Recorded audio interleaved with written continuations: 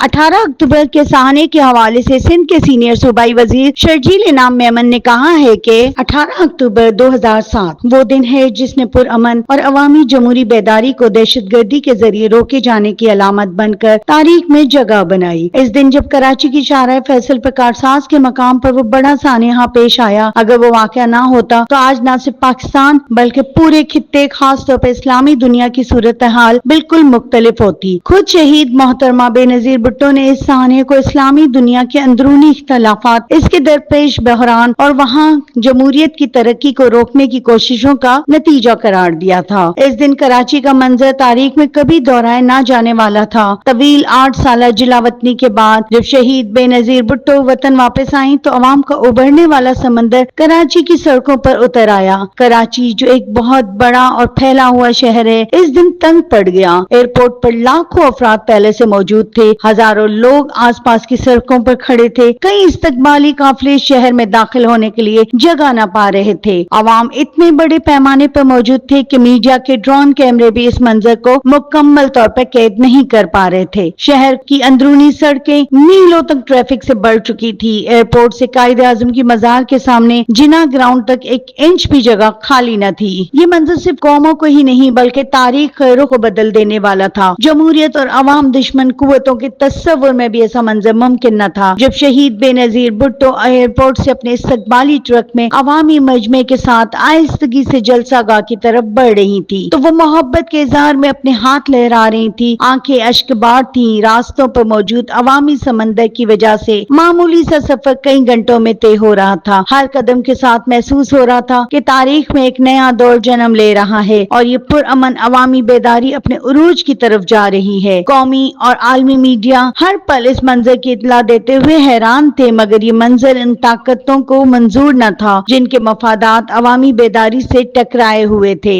जब शहीद बीबी का काफिला 9 मिनट का फासला 9 घंटों में तय करके कारसाज के मकाम पर पहुंचा तो जमहूरियत के दुश्मनों ने दहशतगर्दी के जरिए वहशियाना हमला करके ऐसा अमल अंजाम दिया जो तारीख कभी फरामोश नहीं कर सकेगी। शहीद बीबी के ट्रक के करीब एक के बाद एक होने वाले धमाकों की आवाजों ने जमहूरियत के जवान कुर्बान कर दिए। देखते ही देखते हवा में कयामत सी छा गई। हर तरफ खून और लाशें फैल गईं और सिर्फ जख्मियों के दर्दनाक पुकार और कराहती हुई आवाजें सुनाई दी। आवाम की पुरअमन ताकत को वहशत और दहशत के जरिए तोड़ दिया गया। शहीद बीबी खुद इस हमले से बच गईं, मगर इनका गैर शाया शुदा किताबचा हवा में बिखर गया जो बादे अज़ा मुफाहिमत के नाम से शाया हुआ। इस किताब में उन्होंने लिखा कि वो अपनी जान की परवाह न करते हुए वतन वापस आई क्योंकि वो जमहूरियत की बहाली के साथ इन दहशतगर्दों का मुकाबला करना चाहती हैं जो पाकिस्तान की सलामती के लिए हकीकी खतरा बन चुके हैं। शहीद बीबी ने इस किताब में दहशतगर्दी और आमरीत के दरमियान साजिश को बेनकाब किया और बताया कि किस तरह गैर रियासती मुसल्लह ग्रुपों के साथ बाज आलमी ताकतें अपने मुफाद के लिए रास्ते तलाश कर रही हैं। उन्होंने ये भी लिखा कि मगरिब और इस्लाम के दरमियान तहजीबी टकराव का तस्वुर तारीखी और इल्मी तौर पर